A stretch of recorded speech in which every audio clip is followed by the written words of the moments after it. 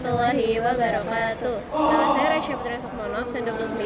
Nama saya Kaila Ria Zalika, absen 17. Nah, hari ini kita akan menjelaskan tentang teks ekspresi. Yang pertama adalah pengertian teks eksplanasi. Teks eksplanasi adalah jenis tulisan yang menceritakan proses terjadinya fenomena, baik fenomena alam maupun sosial, sehingga pembaca dapat memperoleh pemahaman mengenai latar belakang fenomena tersebut secara jelas dan logis. Yang kedua adalah struktur teks eksplanasi.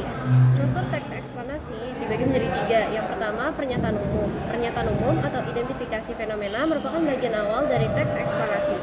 Bagian ini menjelaskan secara umum mengenai topik yang akan dibahas. Yang kedua, urutan sebab akibat.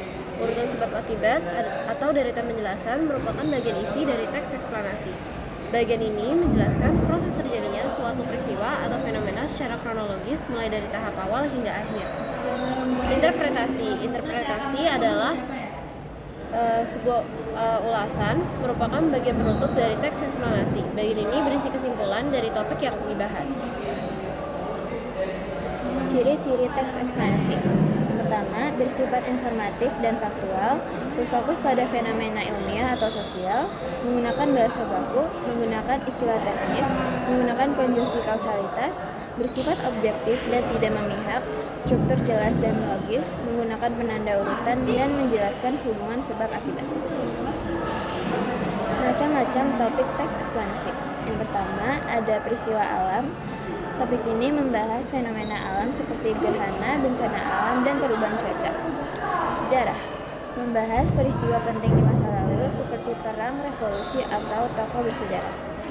Sains dan ilmiah membahas peristiwa penting di masa lalu seperti perang, revolusi, atau tokoh bersejarah. Sosial membahas kehidupan masyarakat seperti hubungan antar individu atau masalah sosial. Pariwisata membahas tentang tempat wisata, budaya lokal, atau keindahan alam. Teknologi membahas alat atau inovasi modern seperti gadget, internet, atau AI. Di sini ada contoh teks eksplanasi. Ada pernyataan umumnya, ada urutan sebab akibatnya, dan juga ada interpretasinya. Dan di sini juga ada contoh soal teks eksplanasi dan pembahasannya.